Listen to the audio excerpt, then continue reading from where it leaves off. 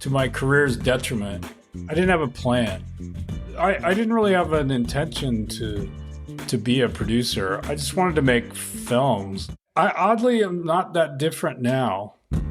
Hello and welcome to Everyone Is. I am your host, Jennifer Coronado. The intent of this show is to engage with all types of people and build an understanding that anyone who has any kind of success has achieved that success because they are a creative thinker.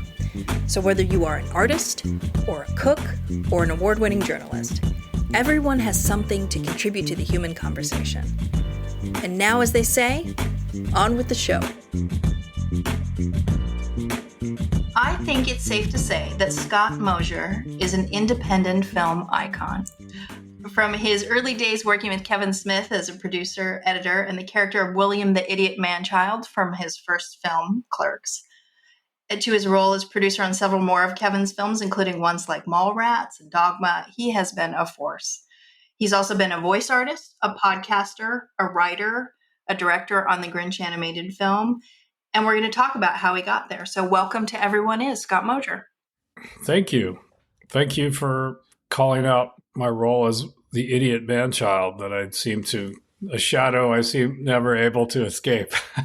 Well, I thought when I was reading through like your credits on that, I was like, I love all the little, because you played so many characters in so many of Kevin's films, and I love the names of them. And I know you played 3 characters in Clerks, but that was the one that stood out to me. I can't remember if that was a role where somebody just didn't like show up, like because we were, it was all non-professionals or friends, and so there was definitely times where it was like you play that guy, and then somebody wouldn't show up, and then it'd be like, all right, put on a hat. And then put on a voice or something and go play another character. Because he wasn't really in the movie that much. He was pretty much just kind of there. But then as soon as you start to play a character, then you're, oh, why don't you walk in or do this? I don't remember how we ended up. Unfortunately, a lot of the answers I'm going to give you are like, I don't remember. That's okay. I don't remember the exact process. I sort of set the table of what your career has been so far, but I want to start with the childhood of Scott. And where did you grow up? And tell me a little bit about your family and your growing up. I was born in Vancouver, Washington, which is just on the other side of the Columbia from Portland. And that's really where all the families were concentrated, my mother and father's. Big Swedish community on my mother's side. Sort of a lot of people from that region moved to that part of the Northwest. And then my father worked for a company named Freightliner that builds like sort of big 18-wheelers. And we lived around there till I was about 5 or 6. We lived in a little suburban house, and then we ended up on like a 5-acre little spread. And like it wasn't a farm, like it wasn't like farming stuff, but we were on like 5 acres of the pond, and the bus would drop me off. My mom would always say like she could see me, like it was a long driveway, but it would take me like an hour to walk home because I would just, grab a stick and run around in the woods and just sort of meander my way. And then we moved to California when I was 5 to a suburb of LA called Upland near San Bernardino. So we lived there until I was like 10. And this is all my dad's work was kind of sort of pushing us to move. And then we moved to Vancouver, BC, or outside of Vancouver, BC. So my formative years were really spent up in Canada. And during that time, I was always into art. I liked movies when I was growing up, but like it didn't really hit me till I got a little bit older. Like by the time I was in my early teens, I remember, I have the only poster I have in my office is a kind of, not a real poster of Raiders of the Lost Ark, but one that I found online. I really enjoyed movies, but that was the movie where I was like, oh, I don't want to be an archaeologist. Like the kid version is like, I want to be an archaeologist because we're translating it literally. We're going like, oh, that's what it's like to be an archaeologist. Right. Like that looks super fun. But that was the first movie I watched. And I think I was 12 where I really was made the connection of like, oh, I would like to make movies. Like when you're thinking about that, like, oh, I want to make movies. What was it about that? Like, how did you think movies were made? Like, what about it made you think about making it versus just watching it? I'd enjoyed movies and art and comic books, and I was always, I was into all that stuff. But I think when I saw Raiders, and I really loved it, and I still do, it's one of my favorite movies of all time. And I got really swept up in it. Like I kind of had gotten to the point where my curiosity or I'd just seen enough that in that movie, I was like, I made the connection. Like I loved the movie. And then I made the connection of just like, oh, well, if I love the movie, how amazing would it be to actually make it? Now, conceptually, like I didn't understand all the elements that went into making a movie or all the that sort of began after that point. It was more abstract. It was really just going like, I know that that's a movie and I know people made it. I don't necessarily know how. And so I was reading magazines, books. I remember by the time I graduated, it was like that first ILM book that came out. Because then once I started examining and looking at the process, I just watched making of and like I really started digging into it. But that was the moment where the connection between like liking movies or loving movies and then the desire to go do it. And then the more I looked into it, the more I was watching things and the more it didn't dissuade me. It was like, this is what I want to do. And then I still watched a lot of movies, but once I graduated high school, my grades were terrible. I still am a terrible student. I bombed my SATs. And so when I left Canada to go down to California to go to school, I got into this Orange Coast College. It was like a big community college in Orange County. And I basically convinced them that I'd moved from California to Canada, so I'd never moved to another state. I don't know why, but they gave me in-state tuition and it was cheap. And they had a film program that was just like, like VHS to VHS, kind of like, this is like 1989. So this is late 89. Well, I want to ask you about that because you said you convinced them, right? Yeah. You were what, 18, 19 years old? I was 18. Yeah. How do you go about convincing them? Like, was it your parents helping you or was it you going, hey man, look, I deserve this in-state tuition. How did you do that? I wish it was this great moment. It's like, it really was me sitting there going like I had just come up with this argument in my head of like, I was like, well, I never left the state of California. I moved out of the country and now I'm back. So it's like, I never really gave up my California state residency. And the person was kind of nodding at me. And I was like, so technically, I was like, I'm still a California state resident. My last United States address is in California. And I just kept saying, and then I can't tell if the person was just like, yeah, but it was like, it wasn't like they just were like, all right, whatever. They like gave me the stamp. Like I had just sort of, my parents could have afforded to if we had to, but I was really like, because I never liked going to school. I was like, I am the person who should go to school as cheaply as possible. Like no one should spend a lot of money on my education because I get bored and restless and don't go to class and all these other things. So I was always trying to keep my parents were very generous in helping me do it, but I was always like, oh, I need to just go to the cheapest schools possible. I did that for about a year and a half. I did it for a couple semesters. My grades did not get any better. Mm-hmm. There was a thing called UCLA extension. And so I moved up to LA and started taking these extension classes at night, like in screenwriting and anything, mostly screenwriting. I'd been away for a few years and then once my collegiate career was going nowhere. And so I remember the Vancouver Film School.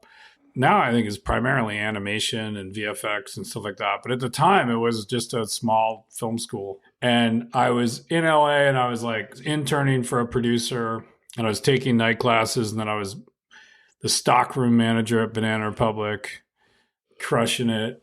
And I'm a really good folder. I fold all the laundry in the house because I did that job for many, many years. So my wife tends to just throw it all on a table and I was going to say, do you have the folding board? No, I don't need it. because it was too slow. I was like, I just learned how to do it. So then I was going to go to art school or film school. I was really on the fence because I loved comic books and I loved drawing comic books and I love the art. And I was like, so I'm 20 at this point, and I was like, I got to pick one or the other. And I used to run around the campus. And then sometimes I'd cut through the middle, and I'd run at night a lot. And so I was running and I ran up the stairs. When I got to the top of the stairs, there was a really bright light, like a blinding light, and I couldn't see that well. So I kind of stopped to catch myself because it was like right in my face. And when my eyes adjusted, they were shooting a movie. And I was like, all right, like, that's good enough. Like that's enough. Because I was really torn. I was like so 50-50, and like so many things in life. There's all this scientific studies of decision making, and it really is like most of the time we just make decisions for those reasons, for any reason. Like we can spend 6 years debating about something, and then we really just make the decision in the last 2 minutes. And so I was like, all right, I'm going to go to film school. I packed up and moved back to Vancouver. And I think I was in school. It was like 3 months from the moment that happened till I was in class. And that's when I met Kevin. So Kevin was in my class. And then one other person named Dave Klein, who now he's a DP. He's on Mandalorian and Boba Fett. And so he's like, he was younger than us, but so so all three of us met, and Kevin left. It was an 8-month tech school, and Kevin left after 4 months. And then Dave and I kind of stayed the whole time because Kevin wanted to go back and write the script and get his job back at the convenience store. And so, yeah, I mean, that gets us to 1992. So you and Kevin didn't, I mean, this is kind of a famous story, but you guys didn't quite vibe at first, right? On a surface level, more than anything, like I was very, I was a pretty boy. I looked like, come from LA. I had like gel in my hair, and I didn't have a beard then. Were you super tan? I was probably pretty tan at that point. I was still probably tan, but I was like, I had a big leather jacket. I was definitely like, I was labeled a 90210 kind of person. Wow.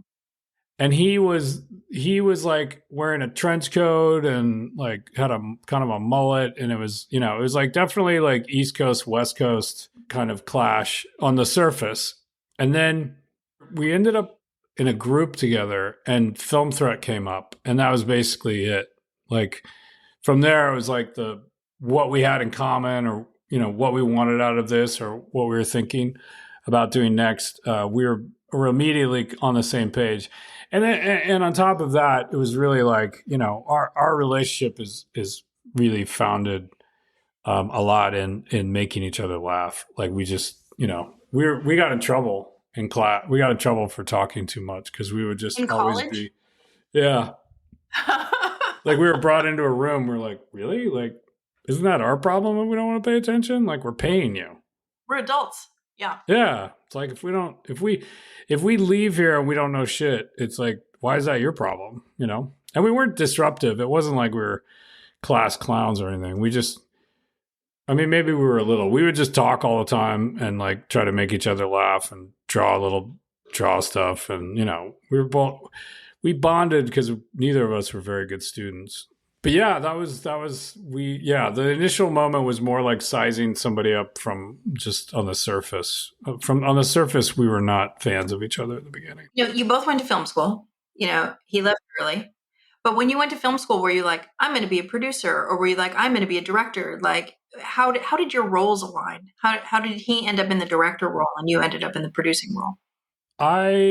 I definitely went there to be a writer-director, just like, I mean, Dave didn't. Dave went to be a DP. There's a bunch of jobs in this business where no one goes to film school to do them. You sort of end up there.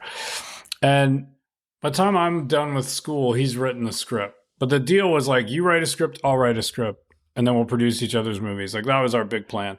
And so I was a dolly grip on a short. I was working they were shooting all night, and I was working all day, and I was just sort of sleeping in my car in between. And he sent me in, it was called Inconvenience. And so I read his script, which I hadn't had time or done mine. Like I can tell the story looking back, but I remember reading it going like, this is really fucking funny and I can't do this. It's like two people show up with scripts and it's like, I was intimidated in a good way, which I was like, I can't do this. And the reason I couldn't is because Kevin had been writing for a long, long time. Since he was a kid, he wanted to be a writer. He wanted to be a writer on Saturday Night Live. He'd written a novel by the time I meet him, he'd already written a novel.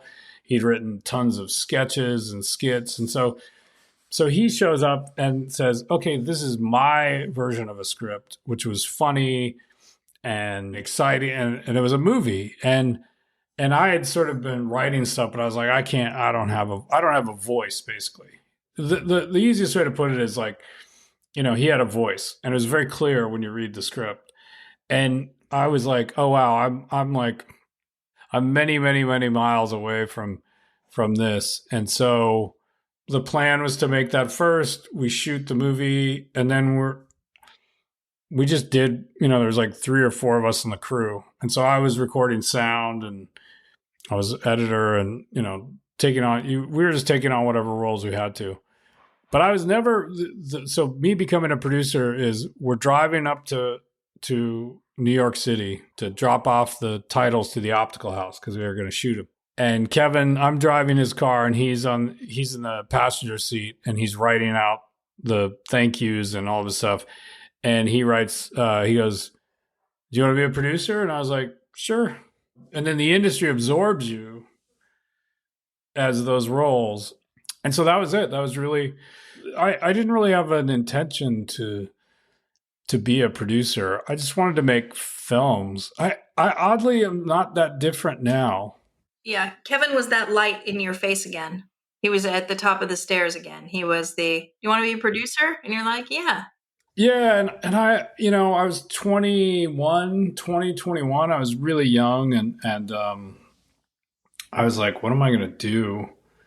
And I didn't have this deep sense of, I'm going to write this brilliant script. Like like I said, working with Kevin was intimidating in a good way, in the sense of, if you're not at this level, then like you need to either start practicing a lot or just sort of let it be.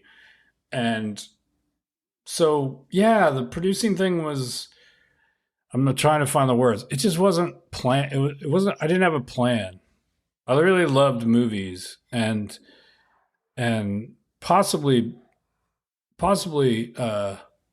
to my career's detriment, I've never had a plan. Like I really have never had a plan. And if you really look at it, it doesn't seem that well thought out.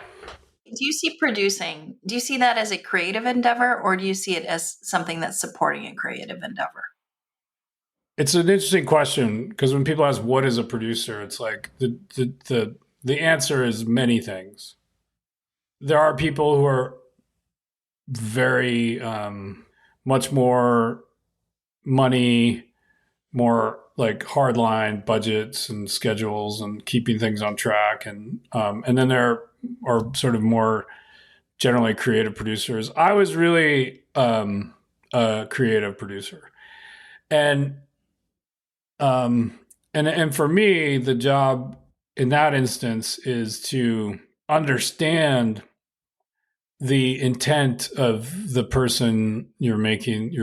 If you're producing their movie, your job is to kind of try to adapt and learn what their intent is, and then the guardrails of that. I think you have to adapt. I believe that like you don't have to, because there's plenty of producers who are just like, it's their show and like, like that's it. And like with Kevin, it was more like, oh, I understand what he wants to do. And I understand, we shared a sense of humor, so it was easy to sort of throw out jokes. But I was always trying to figure out like, oh, what is he trying to do? And then based on that, how do I support what he's doing? And at times maybe even remind him like, well, I mean, this is, maybe we don't go that far, or maybe we don't do this because it's not necessarily fitting inside of what you're trying to do. And even now when I work on stuff that I'm EPing or working on, I really am trying to understand what the filmmakers want to do. So my job can be more helpful to be somebody who's like there to help them figure out what they're trying to do versus imposing my taste. Creative work, a lot of it's taste, right? Like a lot of, some of those initial moments are like, if you watch people all the time, it's like people put things in front of you and it's like your first expression is taste. It's just like, oh, I like it, I don't like it, I like blue, I don't like blue. Like, it's like all those like sort of little teeny things. And for me, it's important to have taste. But as a producer, if you're just imposing taste, I think that's how movies can go awry.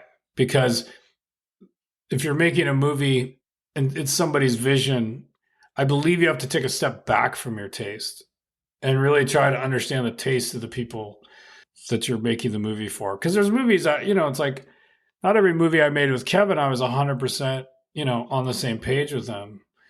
But, it's not my job to try to grab the steering wheel while we're in the middle of driving and be like, I want to go this way. Like this, it's like, no, you need to commit to the point of view. And it doesn't mean that you can't render an opinion, but I still think you have to filter it in a different way than if it's something that, say, I'm directing or writing. And then it's like, yeah, it's my taste, it's my opinion. It's like, I don't need to move away from that. That's the basis of everything I do. When I'm producing for Kevin, the basis of what I do is generally not me just showing up, with all my taste and dumping it on the table and be like, well, I think this and I think that. Like I sort of take a more of a supportive role. It's sort of the difference between what collaboration means and what making things by committee, right? Movies by committee, I generally find, I used to do re-edits and you'd be like, oh, everyone gave their opinion and their taste, and then the editor did all 10 things, and then you watch the movie and you go like, all right, well, it's all 10 things. It's not one thing. It's like a bad potluck dinner, where you're going like, oh, okay, like taquitos and, like Marshmallow salad. Yeah, like you're just like, all right, everybody brought what they liked, but collectively you're like, this is kind of the grossest meal I've ever seen in my life. Like there's nothing coherent about it. And you're just like, oh, that's interesting. And movies can become that. And them when you see them, you're just like, wow, this is not a thing. It's just 100 things stitched together. So all these people could sort of feel happy about having a thing inside of it. But now it's not a thing and it will never exist as a thing. And I think that's why, who work in the business, it's like the auteur driven movie is so appealing or exciting because it sort of it negates that. It's like, okay, this person has a vision and sometimes it works and sometimes it doesn't, And I think there's movies that are also big budget movies that have a committee but still manage to create something that's singular. Barbie's an example of like that's a very big movie, and I'm sure there's a lot of people involved, but you don't leave the movie going like, oh, Greta Gerwig got swallowed and doesn't exist in the movie. Like you are like, oh, like she probably had to compromise here or there, but also like they did back her, and it makes a difference. I think like most of what gets celebrated, or the films that get celebrated, are the ones that manage to do that, that manage to have that feeling. Well, they're the films that actually create the franchises, aren't they? I think that's what we forget. Like a franchise comes into being as an original idea, made it very cool, and now you can create other ideas based off that idea. But sometimes it gets so distant from the original idea that you're like, what is this now? Oh yeah. It's like how many levels removed from it. Like for me, a lot of people in the business don't know how to distinguish between their taste and what is actually the right thing for the movie. Like, I would never do this. You know what I mean? Like, I could sit there and look at things and say, I would never make this choice. I would never do that or go that far or et cetera, et cetera. But you have to stop and say, like, but is that just my taste? Like, if that's just my taste, then but does that fit in the movie? And you're like, yeah, in this movie, yeah, it's like you can go that far. And I mean, now I'll go off on a little tangent, but taste also creates the painful changes that happen in this business. The amount of lateral moves that you watch happen where you're just like, holy shit, we just worked all weekend for, like 18 hours a day to change this from A to B. And it is nothing. Like it doesn't change. It's different, right? It's that thing of like, is it better or different? And a lot of times taste to me create different. Yeah, I think you're right. And it's hard because when you're in this business, it's like you can tend to be like your taste is everything, that your taste is your currency. And it is on some level. It is on some level. But then I think like it goes beyond that and your ability to separate yourself from being like, well, once again, is it better or is it different? If it's just different, then don't drive people crazy. Like just sort of relax, Well, you went from Clerks, which was like $27,000 budget, to Mallrats, which was at Gramercy Pictures, and it was like $6 million. And at that time, you talked about how this is your first major movie and you were expecting to get beat up and kicked around. So why did you have that expectation, and what was the actual reality of that? I think that I didn't know anything. We were really young. I was 20, like 23-ish. And so I was really young. I didn't know I did not know anything. Like I didn't know how to do a budget. I didn't know what fringes were. I didn't know any of that stuff because we never did any of it. Like if I looked on a call sheet, I'd be like, I don't know what half these people do. So walking into it, I was just like, this is going to be tough because there's imposter syndrome. There's a million sort of things that come into that moment. But we were all really young. And somebody opens the door and goes like, all right, like, here's your dream. Go do it. And so you're filled with anxiety and stress and a sense of, oh my God, are we going to fuck this up? All of that's looming over your head all the time. The fear of being found out for years, like, just keep going because they're going to catch us. They're going to be like, who let you in here? Why are they giving us money, man? Well, it was more like, it's like you got led into a party and then it's like, you're just waiting for somebody to be like, hey man, we didn't invite you. Like, put the dip down, get out of here. We're just waiting for the other shoe to drop for a while, like for years and years and years. And then the reality was, it was tough, all that sort of uncertainty. But I had an amazing line producer. There was an amazing line producer on the movie named Laura Greenlee. And I remember just sitting down there and going like, I don't know how I can help. I was a co-producer at that point, and then they bumped me up to producer by the end. And I was, I was like game to do anything, but I just didn't know anything. And I remember telling her that. I was like, I don't know anything. I was like, I don't know how to help you. And she was very like, I'll teach you whatever you want. She's like, if you want to learn. She goes, but your job is it's like, we're all here because you guys made a movie that did really well and has a cult following. And like, your job is to just sort of be with Kevin and be his right-hand man and be with him through this, because we were way over our head. I mean, we should have never made a movie at that budget. Like at that time. Like you only understand conceptually how to spend that kind of money, but then practically you just don't end up doing it, and if Chasing Amy is more the movie we should have made second, right? Which is the budget's like $1 million-ish all in, it's taking what we did before and sort of giving us just enough more to sort of keep pushing. It was after Chasing Amy where that was the movie where I kind of found my confidence in what I was doing. That was the first movie where I was like, oh, I'm a producer. Like I produced this movie.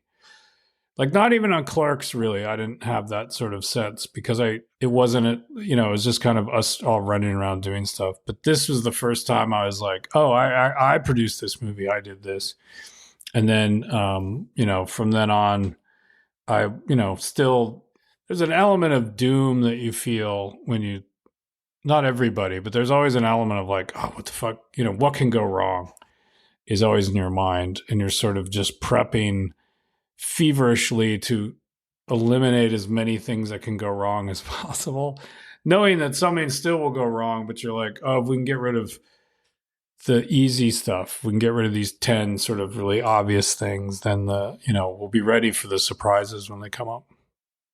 You had said earlier in your career that you used to take things personally. Yes. Do you still feel that way? Or, I mean, everybody does. We're all human. But do you still take things as personally as you did when you were early on in your career? No. I don't. I have moments, but it's more like fleeting, and I think I have the awareness and the distance to be like, why are you taking this personally? Like that's has nothing to do with you. But that back then it was like, yeah, I took everything really personally because we were young, and I think I had this sense of I had a sense that I was being evaluated constantly. Because when you don't know something, or when you feel like you don't know that much, there was an awareness of like, oh, everybody's watching, which is a story too, right? Like that's not true. But I was always like, oh, everybody's watching me, waiting for me to screw up or whatever. So I think part of taking things personally is that if you have the anxiety or the stress, which I had, of trying to, do a good job, but not necessarily knowing how to do it, that little gap creates taking things personally.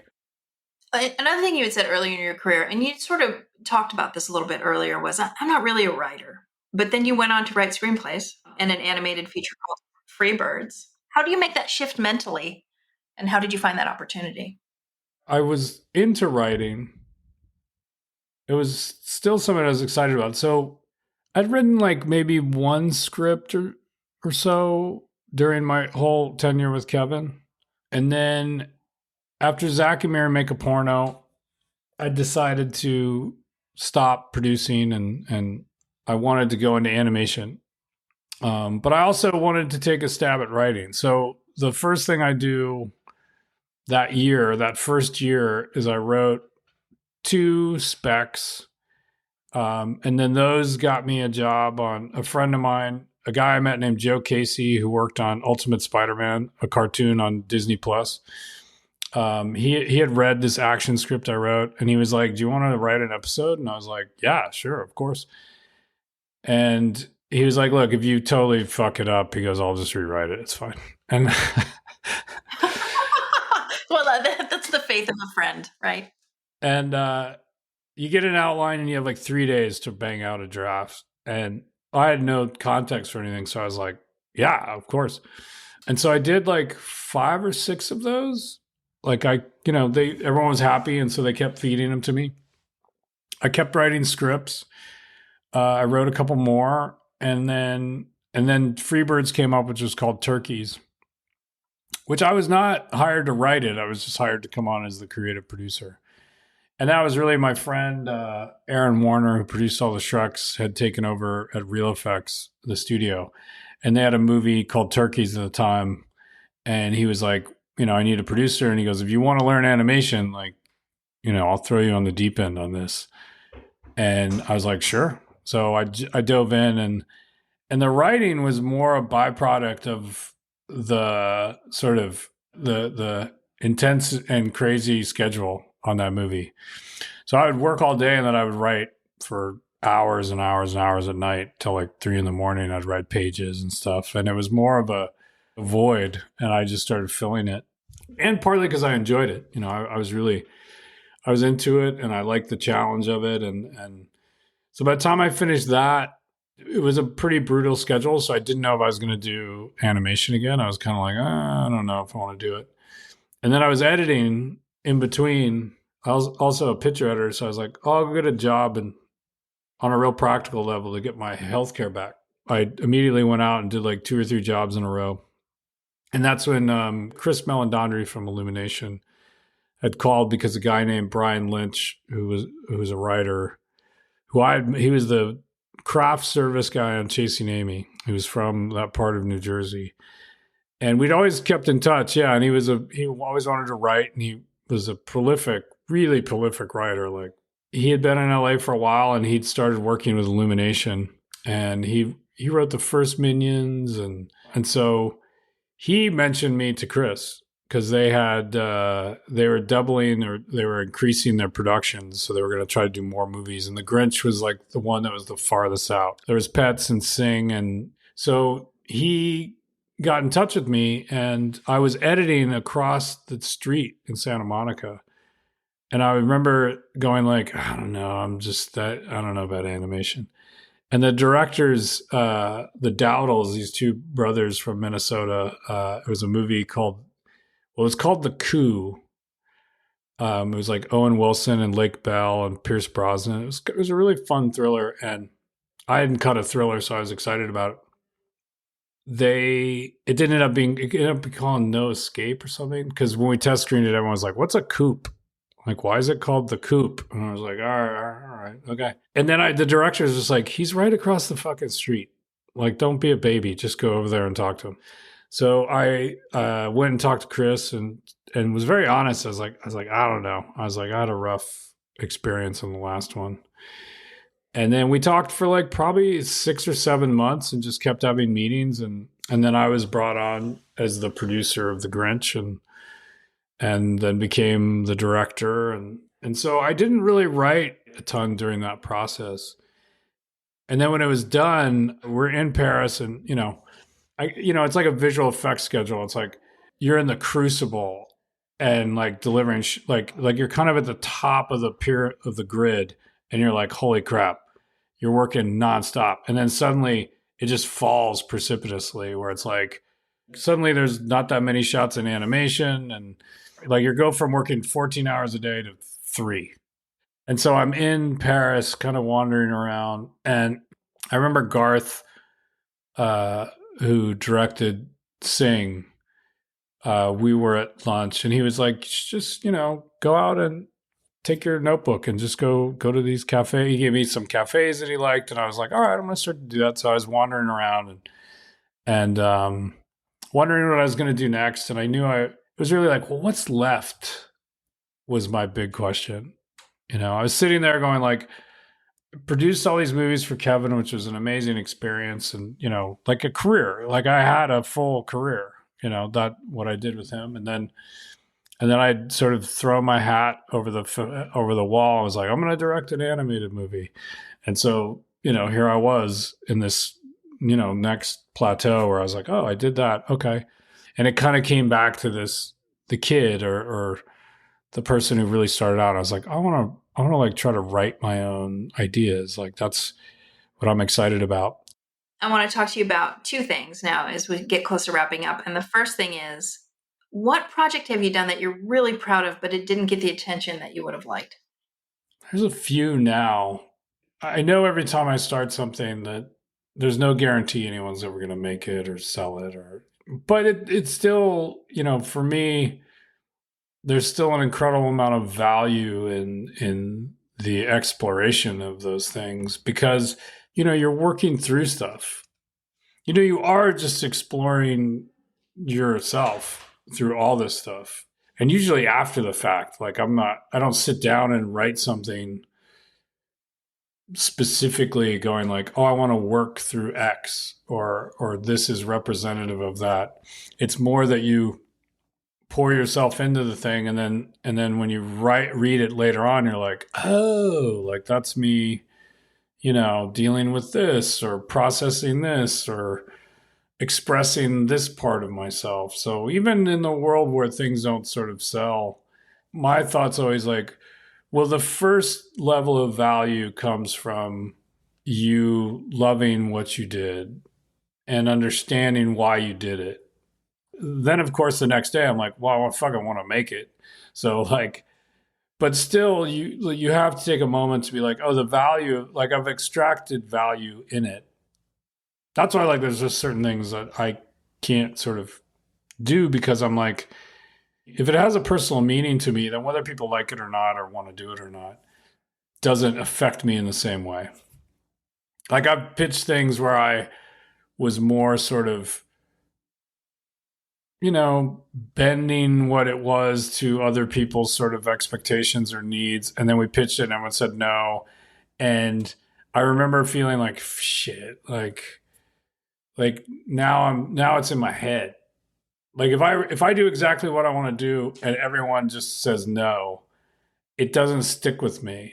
I never sit there and go like, well, maybe if you've done this or maybe if you've done that. Like I'm always like, how do I eliminate that? I want to know that everything I put into this, I did exactly what I wanted. And if people don't want it, people don't want it. But I got what I wanted out of it, and I'm excited about it. And For someone who said he wasn't very good at school, you sure have spent a lot of time educating yourself on things throughout your career and your life. So you should give yourself a little more credit, I think. I'm still terrible at school. I love learning. I just think they're two separate things. I want to learn at my own pace. I it's like going to exercise class. I'm like, I want to do it at 10. And if I have to do it at 5 for everybody else, I'm out. Like I'm not going to do it. It's interesting because you think about school and you're like, sometimes I'm just like, yeah, I was bored. Some of it was just boring. Some of it I didn't want to learn, and I don't think that that's weird. There's just classes where I was like, this is boring. And I know that like as a kid, you're just like, well, I'm never going to use this, or those things kind of come out. And then you're an adult and like, you try to pretend that's not true, but it's true. I learn more at my own pace. I read a lot.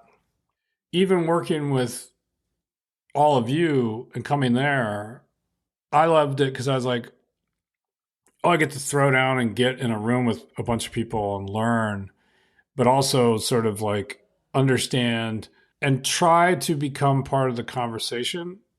I had the same thing with sound. Like I remember we did Dogma at Skywalker, and that was our first like big sound mix. And I remember distinctly being like, what is this all about? Like, how do I learn more about this so I can actually be in the conversation? And part of it is, as an artist, I think when you're on the receiving end, like I've been an editor and sat there in rooms where it's like, I don't know, it's just something wrong. And I'm like, all right, like I'll do it. Like I can maybe figure it out. But I always am like, oh, I want to be able to be a part of the conversation in a meaningful way. Like I want to be able to like express myself, so artists aren't just all walking away going like, oh Jesus, like what the fuck are we doing? If I could say the one thing about creativity over the last few years that I've sort of come to understand is that I have no idea where it comes from. A lot of the ideas that I have or the things that spring into my mind are just sort of arrive. And I think part of it is being open. Part of it is like you have to open yourself up to that. But I do think that like it's more about being in a state of mind than it is doing an exercise, is one thing that I think I try to impart to people. Like it's not about like, oh, just do A, B, and then you'll have a good idea. It's like, some of it's just like be bored, be sort of just like, when we were kids, we came up with tons of shit, and it was because we were bored. And, sometimes like right now I'm too busy, so I'm not in a receptive mode. I'm more in an output mode.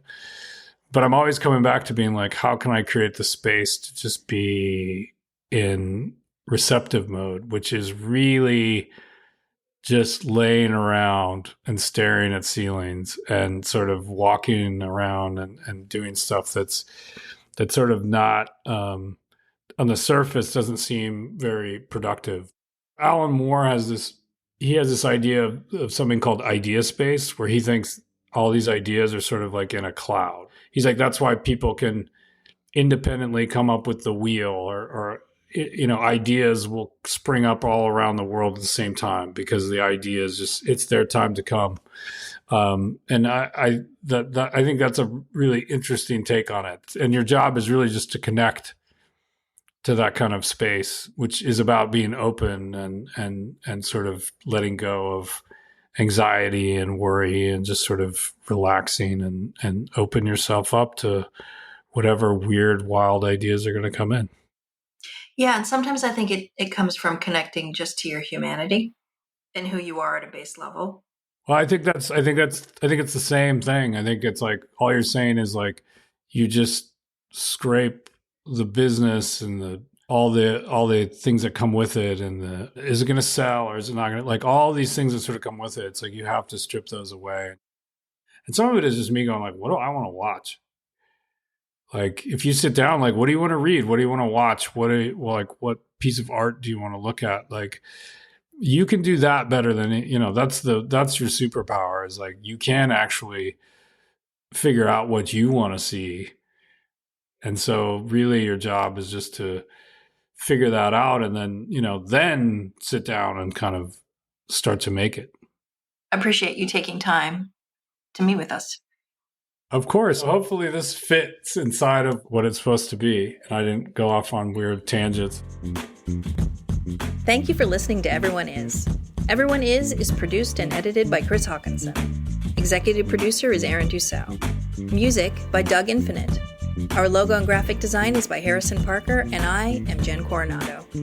Everyone Is a Slightly Disappointed Productions production, dropping every other Thursday wherever podcasts are available.